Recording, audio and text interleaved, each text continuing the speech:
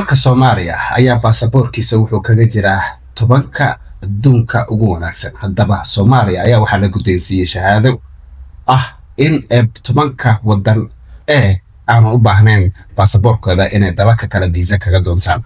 Soomaaliya baasaboorkiisa ayaa wuxuu noqday midka aadka ugu culus, aadka ugu quruxda badan, aadka ugu wanaagsan oo shacabka Soomaaliyeedna ay ku dhoofi karaan.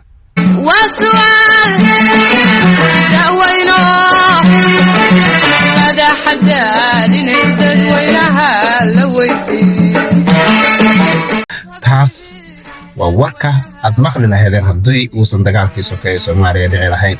waayo Soomaaliya sida la qiyaasaba haddii ay Soomaalida laga fiiriyo, Soomaalida waa dad ruuxaantii aad xoogaysato u ah, shaqaysta, horumarna gaaray. dagaalkii sokeeye ka hor baasaboorka Soomaaliya wuxuu ahaa mid qiimo ku leh caalamka. ruuxaantii wadamo badan oo adduunka oo gaaraya 80 wadan ayaa waxaa lagu tegi jiray bilaa visa.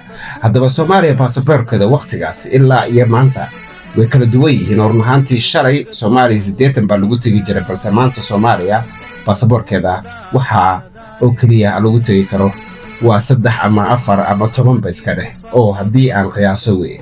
balse haddii ay Soomaaliya dagaalka dhici lahayn oo dagaalka Soomaaliya uusan aafaysan lahayn, dhibaatada Soomaaliya ka dhacdayna uusan baasaboorkaasi dhibka la gaari lahayn, waxaa laga yaabi lahaa in dalka Soomaaliya baasaboorkooda uu noqdo ama la qiyaasa tobanka aadka ugu wanaagsan inuu ka mid yahay.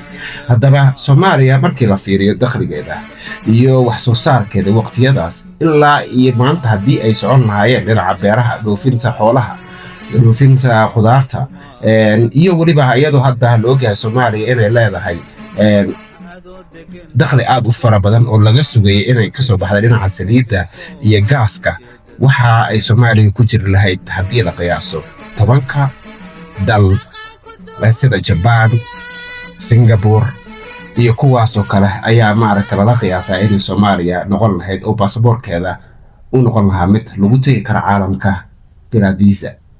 waa aniga sida hadda aan qiyaasayo. imagine Soomaaliya, adiga sideed qiyaasaysaa? mis leedahay way dhici kartaa hadduusan dagaalka dhici lahayn, maxaad soran lahayd Soomaaliya baasaboorkeeda uu noqon lahaa? kusoo dhawaada barnaamijka noo sheer gareeya.